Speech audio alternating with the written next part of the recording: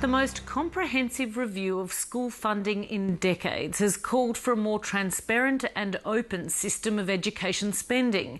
The report found the current arrangements are complex, confusing and have obscure goals, and recommends introducing a schooling resource standard involving a base dollar amount for every student in every school. The Gonski review was handed to the federal government before Christmas but released today. It calls for a multi-billion-dollar boost in funding, as Hamish Fitzsimmons reports. Basing his recommendations on 2009 statistics, David Gonski says education needs a $5 billion a year boost just for a start. We've provided in the report a snapshot of our current schooling system.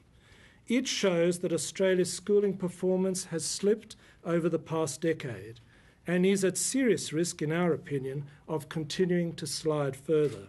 In today's terms, that money figure would be higher, and the Prime Minister is non-committal about meeting the cost. We need to make sure that any new funding model is sustainable over time and fits within government budgets, that we can make the right choices for Australian schools. The seminal point in the Gonski review is that it recommends education shouldn't continue to be funded on a per-school basis, but on a per-student basis.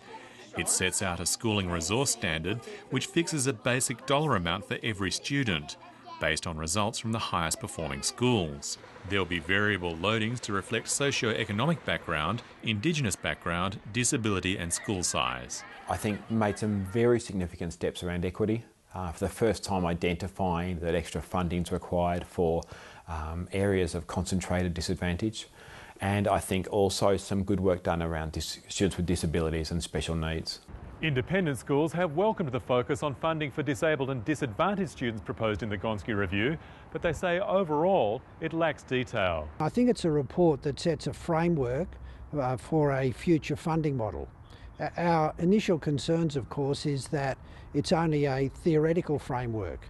It needs to be populated by very robust data, and it needs to have the government attach funding levels to the report. While the federal government looks after funding independent schools, any boost for public schools must be shouldered by the state governments. We'll take a set of funding principles to be agreed at the next COAG, and we'll begin working immediately with states and territories and non-government sectors to develop and test a new funding model. We want that extensive consultation to actually start from tomorrow, because there's a lot of clarity that's missing regarding this report and the federal government's response to it.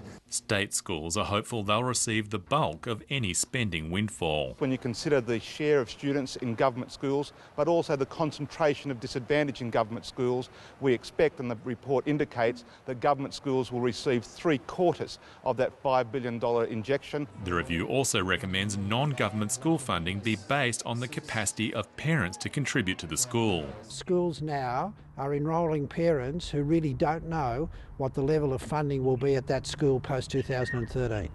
The opposition believes the review's recommendations would lead to a huge spike in non-government school fees. All non-government schools are now on a private school hit list. They also expect the states and territories to find 15% each in new funds for the purposes that the Gonski review has outlined. While spending on education has been increased by 40% in the last decade, results compared to other countries have declined. To me, that's a very loud message that we can increase expenditure, but if we don't change the way it is spent, if we don't spend it on different things, then we are just throwing money away. For many, the Gonski review is just the start of levelling the playing field. Hamish Fitzsimmons, Lateline.